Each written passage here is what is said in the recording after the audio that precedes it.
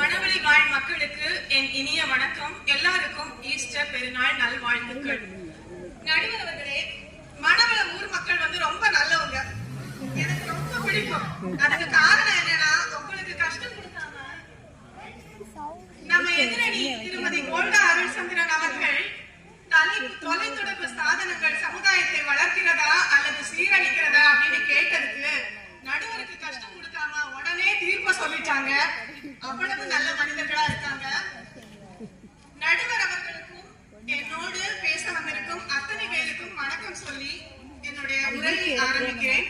தேடி சோறு விதம் சென்று பல சின்னஞ்சிறு கதைகள் பேசி மனம் வாடி துன்பம் மிக உழன்று பிறர் வாட பல செயல்கள் செய்து வேடிக்கை மனிதர்களை போல் நான் வீழ்வேன் என்று நினைத்தாயோ என்று பாரதி பாடினார். ஆனால் வேடிக்கை மனிதராகத்தான் நாங்க வாழுவோம் அப்படின்னு சொல்லி மக்கள் வாழ்ந்து கொண்டிருக்கிறார்கள். அதற்கான காரணமா தொலைத்தொடர்பு சாதனங்கள் இருக்கு அப்படின்னு சொல்றதுக்காக தான் எங்க அணி வந்திருக்கிறோம்.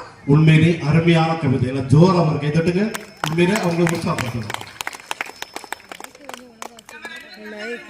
பாரதியோட கவிதையை கூறுறதுக்கு அதிகமா யோசிச்சேன். முதல் உற்சாகத்தை தந்திருக்கிறார். நம்ம முதல்ல திருமதி கோல்டா அருள்சந்திரன் அவர்கள்ட்ட இருந்தே ஆரம்பிப்போம். நாம் தயாரித்து வந்ததை விட அவங்க சொன்ன விஷயத்துல தான் நம்ம முதல்ல ஆரம்பிக்கணும். அழகா பேசினாங்க, அருமையா பேசினாங்க. சகாய தேவி வளர் SMS தமிழ் சேனல் வச்சிருந்தாங்க அப்படின்னு சொன்னாங்க. உண்மைதான், நல்ல விஷயங்கள் வரும் சேனலை நீங்க பாருங்க அப்படின்னு நான் சொல்றேன். அடுத்ததாக திருமதி கோல்டா அருள்சந்திரன் அவர்கள் பழைய வரலாறு சொன்னாங்க, சைகை மொழின்னு சொன்னாங்க, பேச்சு மொழின்னு சொன்னாங்க. ஆனா இன்றைய காலகட்டத்தில் புதுசா ஒரு மொழி இருக்கு, தெரியுமா நடுவர் அவர்களே? உங்களுக்கு எல்லாருக்கும் தெரியுமா? புதுசா இன்னைக்கு ஒரு மொழி வந்திருக்கு. நம்ம வீட்டுல எல்லாரும் பேசுற ஒரு மொழி. அது என்ன மொழி அப்படின்னு சொல்ல முடியுமா? என்ன மொழி? இல்ல, அது ரொம்ப ஷார்ட் அண்ட் ஸ்வீட்டான ஒரு மொழி. இல்ல, ஒத்த எழுத்து.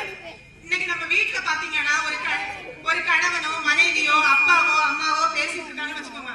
ஒரு புருஷன் பொண்டாட்டி பேசிட்டு இருக்கும் போது நம்ம மொழி பொண்டாட்டி பேசிக்கிட்டே இருப்பா, புருஷன்கிட்ட இருந்து வர்ற ஒத்த பதில் இதுதான் இருக்கும். இது என் வீட்டுல இல்ல, உங்க அத்தனை